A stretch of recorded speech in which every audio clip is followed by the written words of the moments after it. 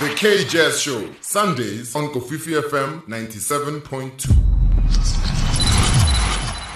Page Three's featured artist is a masterful musician, a producer, published author, and educator. He coined the word gospejazzical as the original term to describe his unique style of piano performance, an improvised fusion of the gospel, jazz, and classical musical idioms, and that he has, of course, developed over the many years. John Paul Mcgee, or JP, joins us this Sunday as a guest, and we reflect on his recent South African tour, including his walk through the musical timeline.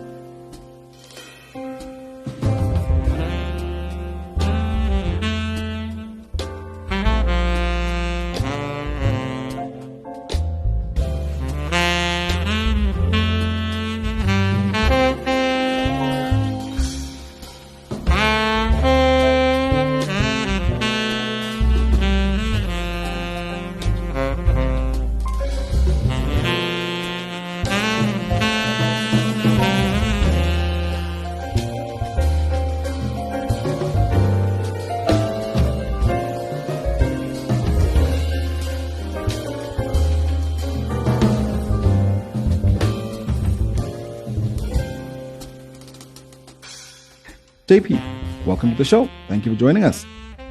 Thank you so much for having me, Ngwako. It's good to be with you and to share today with the great people of a country that I have now adopted as my second home, South Africa.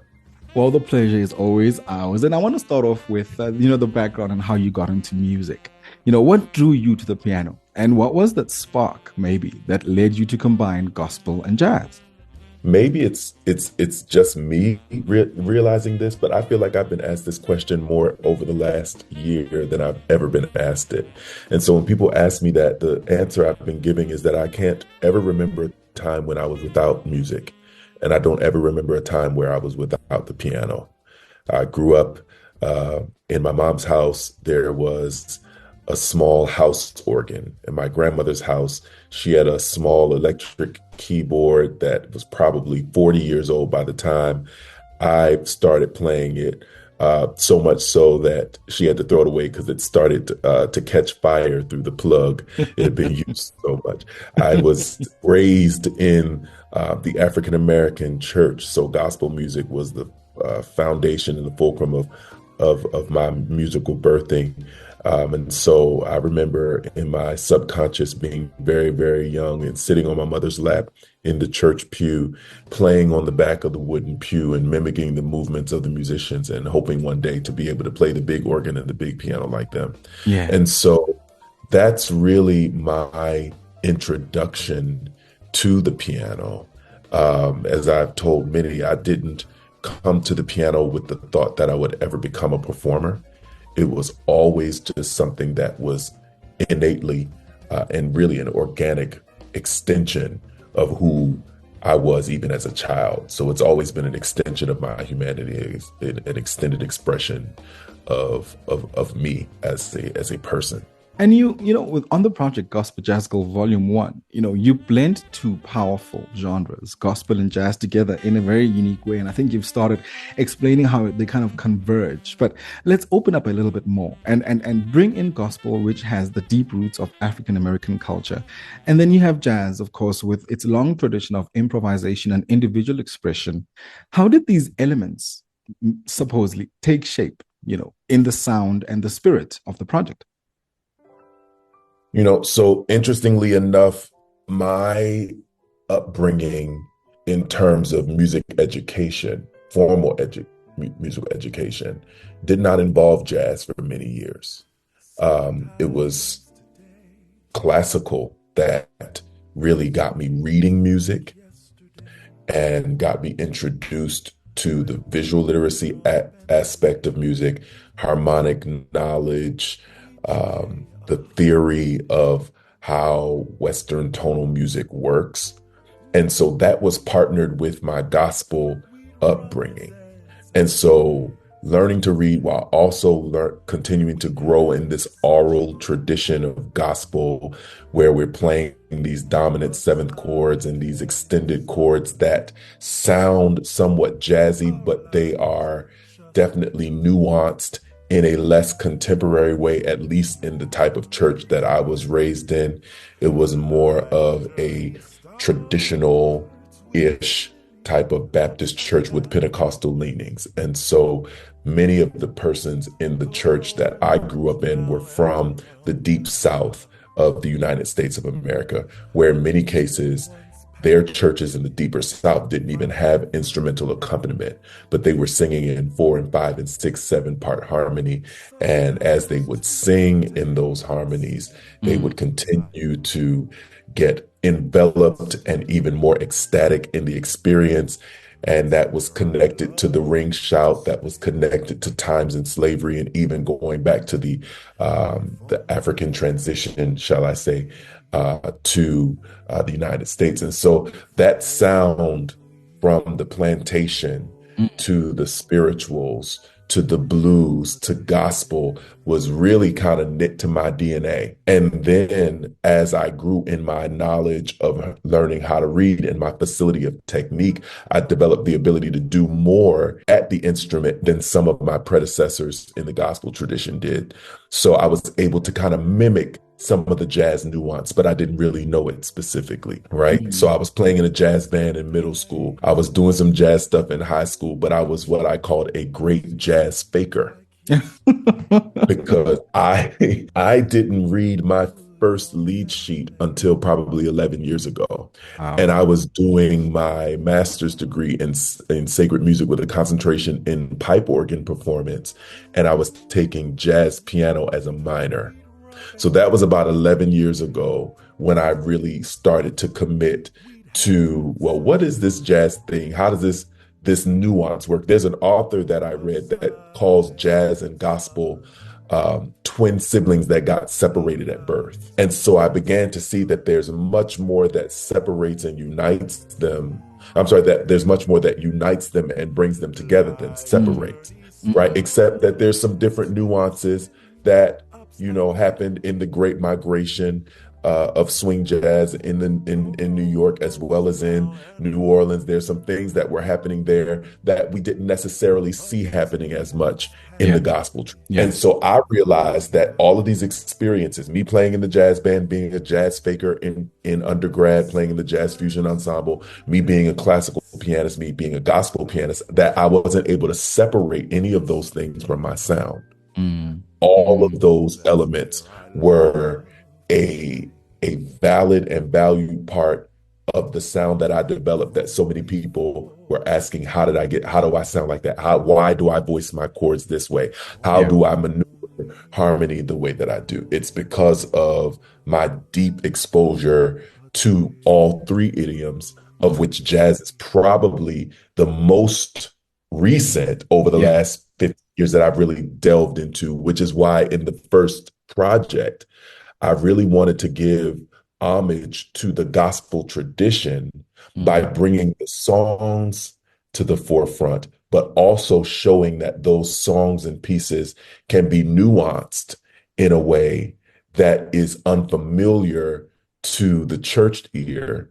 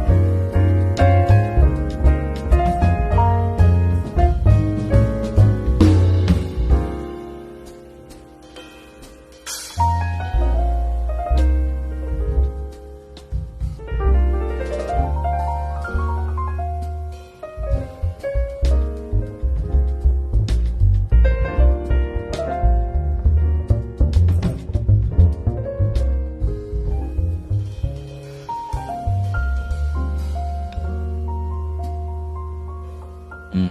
Mm. As a pianist and composer, surely you faced some challenges when you presented this work finally and you said to them, listen, I'm a jazz, classic, and gospel artist. And, this is in relation to the jazz police now, who really have a lot of interesting to say, about such explorations. What was your experience there? Thankfully, it was well received, particularly in the radio market in the US. It was a novel sound for many that really intrigued people. And because I am intentional about making sure it's not a gospel sound, it's not a jazz sound, it's not a classical sound, but it's a gospejazzical sound, and presenting it more and leaning it towards the jazz aesthetic, many of the people in the jazz world experienced a breath of fresh air on an art form that is under continual evolution. And so, it's interesting. I've charted on, the jazz charts. I've charted on the smooth jazz charts.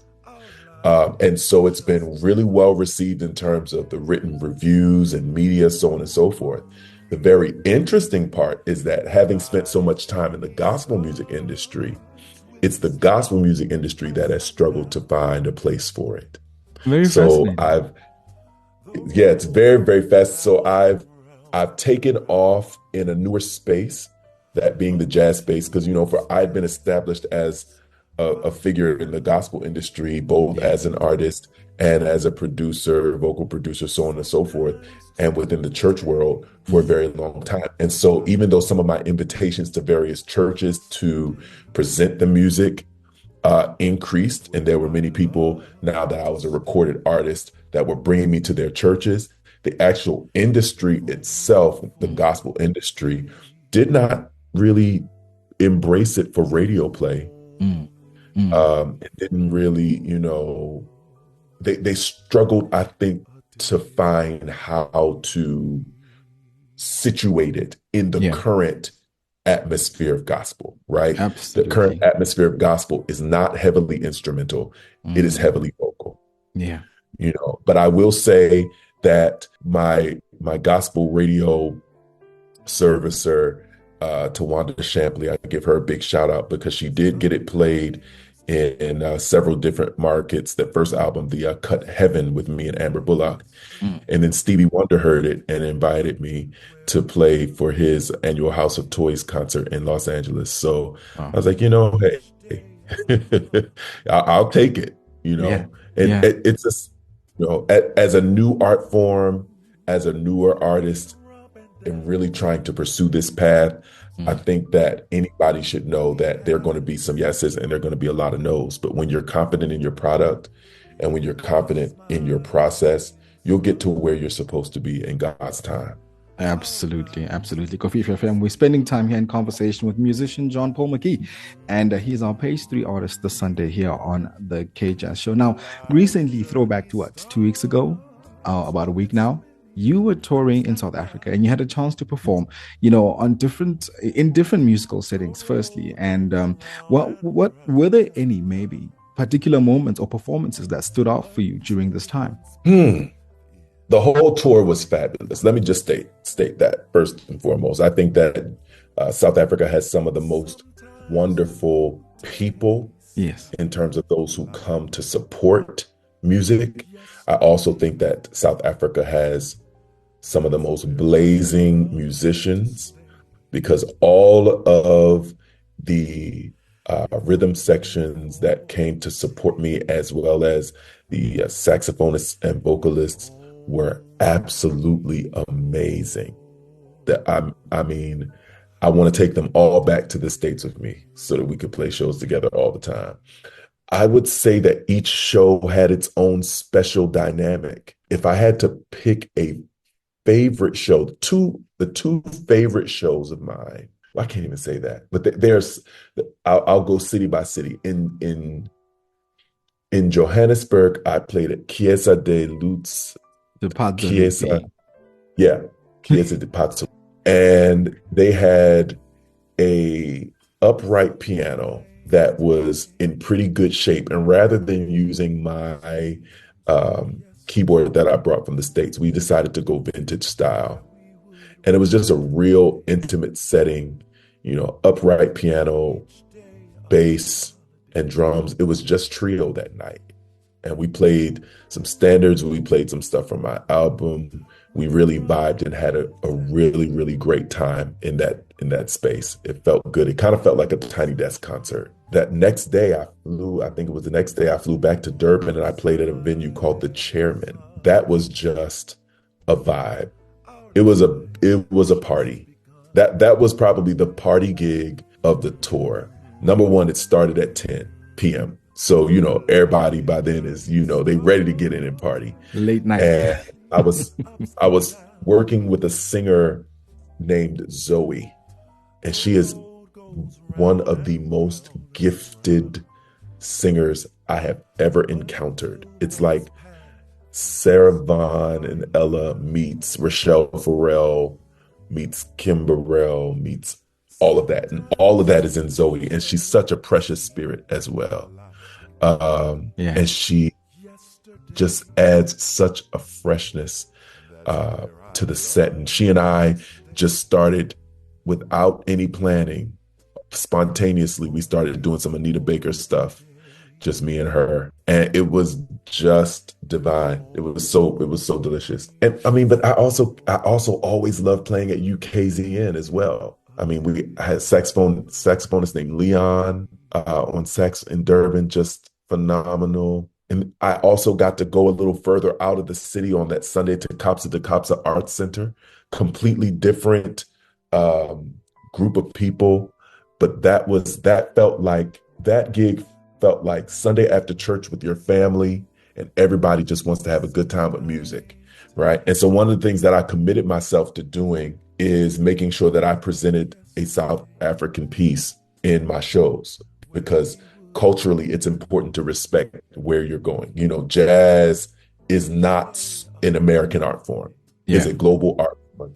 And South African jazz deserves to be platformed on a larger level, but I was determined to at least learn one or two. So, Pata Pata has become one of my favorite songs, and Malaika as well. Ooh. And so it's hard to say which one was my favorite, but I just really enjoyed going between each city. I mean, even in Cape Town, my gig on Sunday at Selective Live was great. And then, goodness, the Athletic Social, everything just was so different, but each experience was so rich. I met so many wonderful people and made some great music with them. You took a piece of every city, as you went along, I think. And that's exactly what being on tour is about, experiencing it firsthand and letting us experience you firsthand too. Of course, Kofifi, you're listening to the third and final hour of today's gathering, The Sunday, and we are in fellowship with US-based artist, producer, published author, educator, and preacher. Of course, his name is Paul Mcgee.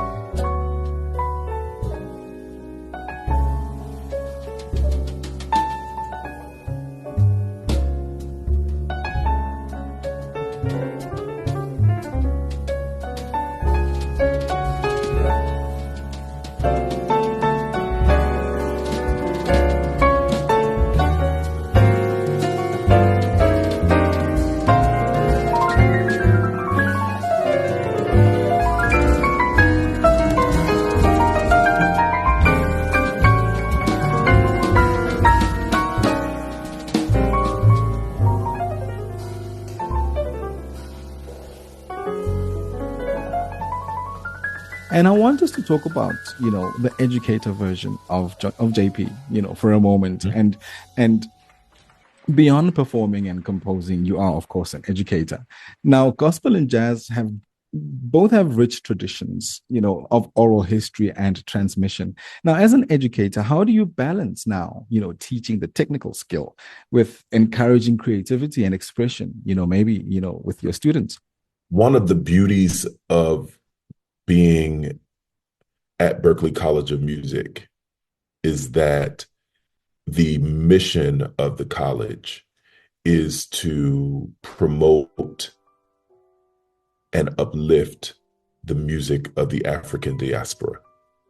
And so in doing that, there's no way that one could focus squarely on visual literacy and the Western Eurocentric means whereby music is typically learned, right? Where it's sight first and hearing later. In fact, at Berklee, it's about marrying all of that. So it's embracing the fact that contemporary music of the African diaspora starts with the hearing, but it doesn't deny the importance of the seeing, right? So I have students that come to me who have a lot of experience in reading traditional notation, but they've never read a lead sheet and they're scared to improvise. And I've got to help them understand that if you have fingers that work at a piano and you can just sit there and do whatever, that you can improvise, right? The feeling of can't is birthed in self-judgment because a person has never freed themselves to explore. And then there are other people who come to me who all they've done their entire lives is explore and produce from their oral tradition, right? And they have all of the raw talent, but they don't know how to finger the scales properly, or they've never read traditional notation. And they're intimidated at having to read a sheet of music. And they feel like in order to read the music, they have to shut their ear off. And I'm having to help them understand, no, use your ear to help you learn how to read.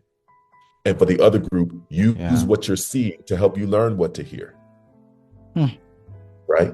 Yeah. And so it's this multisensorial, complete, holistic, embodied experience that helps us grow, which has become one of my passions as an educator, is to help people realize that learning encompasses the whole body and the whole self, which really, that concept, those ideals are centered in traditional African philosophical ways of being, that Absolutely. Everything is interconnected, right? That we don't compartmentalize or separate, but that we embrace the holistic part. And so part of the beauty at being at Berklee is that I'm able, without judgment, and not just able, but charged via the curriculum to help build complete musicians that embrace the sight, the sound, the feel, all of the above. You work with a different range of musicians and students, like you've just mentioned, but we often watch you getting a little bit impatient now, during these sessions. And thank you for documenting it on Instagram, because that's how we keep up with you, mainly because you probably have to sit through this many hours of teaching, and sometimes it's online, sometimes it's in the studio, sometimes it's in the room with you or whatever. But the question is it really, really that painful though? Sometimes it is. What makes it more painful is when the person does not put in the work. I can deal with it being bad, and chances are when it comes to Instagram, I will never put a person on social media who Yeah. sounds bad but is trying their best Yeah. Yeah. and has done their work. But if it's just bad, and I know it can be way better, but you're just not doing what you're supposed to do, yes, it's that painful. I'm that annoyed. I'm that frustrated. And yes, I'm going to put you out there. I'm put you on blast because you know better and you're supposed to do better. You're supposed to do better, And of I course. think that tough love has helped. You know, I had a student when they saw me go grab my phone, they said, "Oh no, you about to put me on Instagram?" Yes, I'm about to put you on Instagram because you know better, right? Yeah. And so Do it's better. it's that tough love, and I also want to show people the behind the scenes of the journey. I am a poor pilgrim of sorrow. I'm tossed in this wide world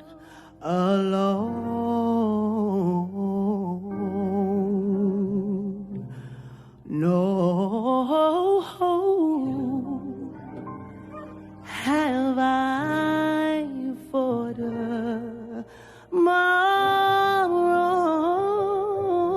tomorrow. I'm trying to make heaven my own.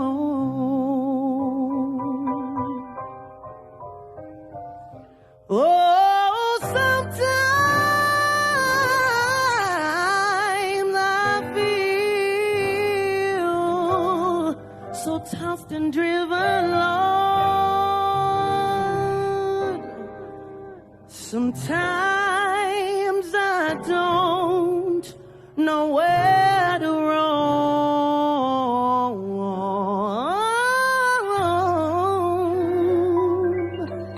But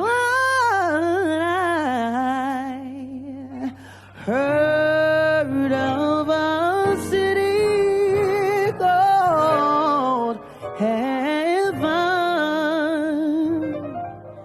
and I'm trying to make heaven my home.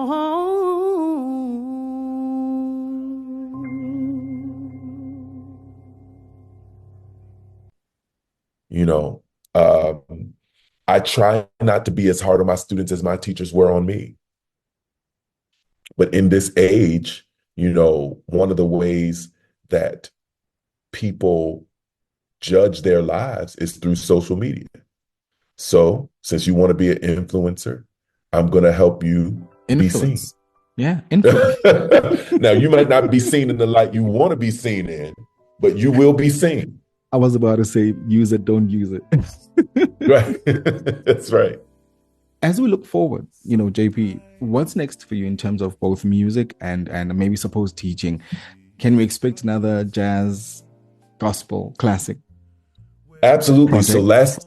last Christmas season, I released a gospejazzical Christmas. So I'm not sure if you all were able to pick that up, but that came out last November, late October, early November. So Christmas season is upon us again. So y'all can pick Yes. that up. Had some great stuff on there, covered some of the classics, and I sang on that album as well.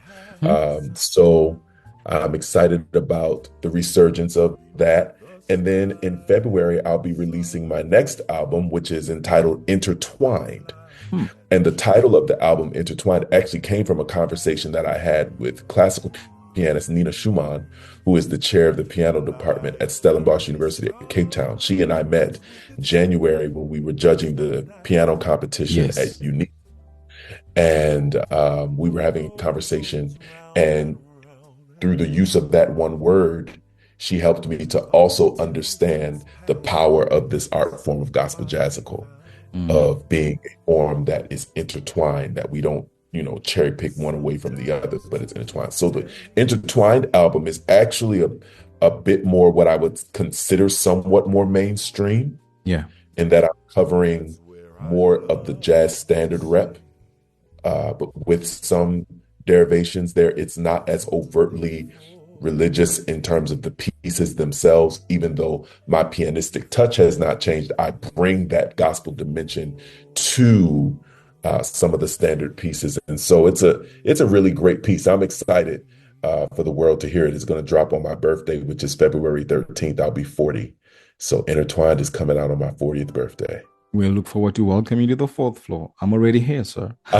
The greatest piece of advice that I would give people who are in their process of becoming and evolving into deeper and higher levels of musicianship is don't be afraid to be you.